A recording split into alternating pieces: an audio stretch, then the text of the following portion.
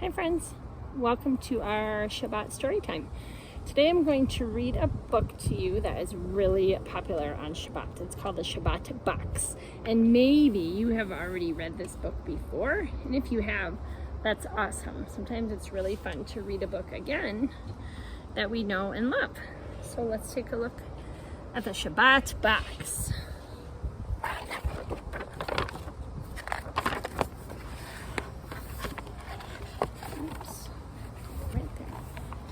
Every Friday, someone got to take the Shabbat box.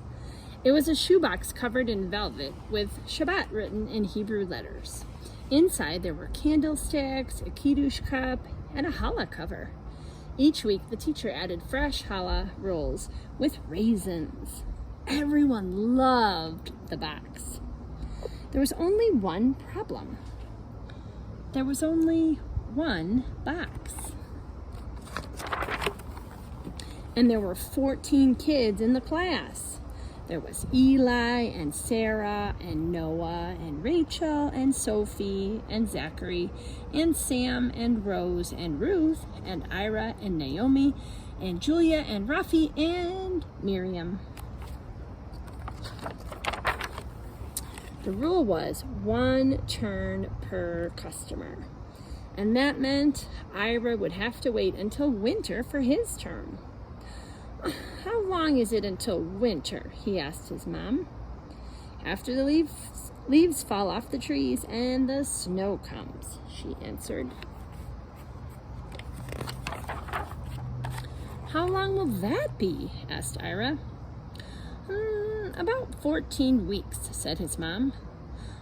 "How long is 14 weeks?" he asked. "That's about 98 sleeps," his mom explained. 98 sleeps? That feels like forever, said Ira. After many sleeps, winter arrived, and it was finally Ira's turn. He put the Shabbat box in his backpack and started walking home. But that Friday, there was a bad snowstorm. The wind whipped his face, his eyes were so cold they felt like popsicles, and his feet got soaked from snow falling into his boots. When he finally made it home, he was shivering. Inside, the air was warm. His dad was making honey chicken. There was pea soup with noodles bubbling on the stove, and he could smell a chocolate cake baking in the oven. Ira took off his backpack. In the storm, the flaps had opened and the Shabbat box had fallen out. His lips trembled and he began to cry. "What's wrong?" asked his dad. The Shabbat box is gone. What are we gonna do?" They went outside to look for it. Their eyes stung and they couldn't see through the blowing snow. Cars were sliding and people were slipping on the ice. "We better go back inside," his dad said. Ira began sobbing again. "There's only one Shabbat box, and I lost it. I'm going to be in trouble." He didn't want to eat the soup or the chicken or even the chocolate cake. "Now, how do you think we can solve this?" his mother asked. Ira thought. He thought so much, his head hurt, and he felt miserable. Saturday afternoon, he was lying on his bed. He saw the empty box from his snow boots. "I know what I'm going to do," he whispered to his stuffed animals. "I will make a new Shabbat box. It'll be a surprise." After Havdalah, he put a "Do Not Enter" sign on his bedroom door. He took his art kit and big camping flashlight down from his closet, and he pulled out the box. He decorated it with purple velvet and shiny sparkles. He turned his plastic snakes into candlesticks. He made a memory game with pictures of challahs and candlesticks, wine cups, and people singing. He painted grapes on his water cup and turned it into a kiddush cup. He painted his pillowcase and turned it into a giant challah cover.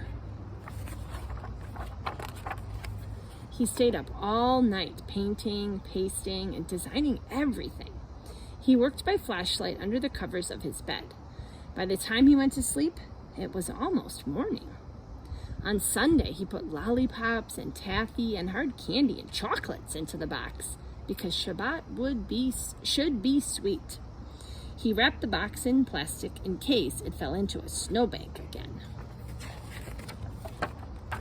Monday was his turn for show and tell, and as he unwrapped the box, kids gathered all around him.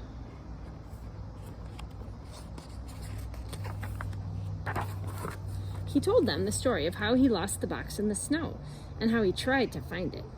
He told them how upset he was, but he left out the part about crying because he didn't want them to think he was a baby. Then he told them how he made a new Shabbat box for the class. He took a deep breath.